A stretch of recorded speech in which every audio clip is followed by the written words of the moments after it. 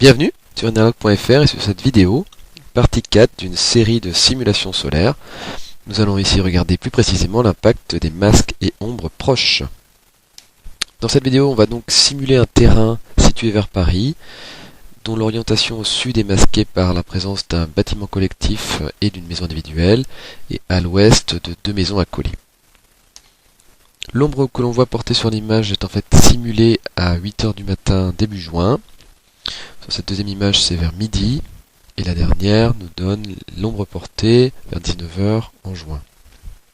Le soleil étant très haut dans le ciel au mois de juin, en fait, on constate qu'il n'y a pas vraiment d'ombre portée sur le terrain, si ce n'est légèrement par les maisons accolées de l'ouest.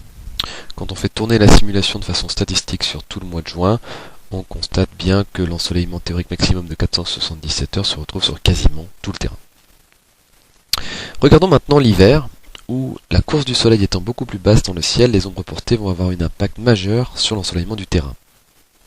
Donc à 8 h au lever du soleil au sud-est, on voit une grosse partie du terrain dans l'ombre.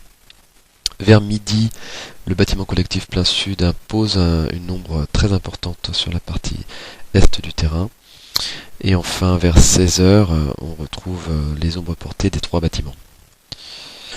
En faisant tourner à nouveau la simulation statistique sur le mois de janvier et février, on retrouve un ensoleillement maximum théorique de 546 heures sur les 2 mois, qui sont majoritairement concentrés finalement au nord-est du terrain, qui n'a pas les ombres portées des trois bâtiments, et on voit graduellement en fait la partie sud du terrain qui reste complètement dans l'ombre en fait dans cette période.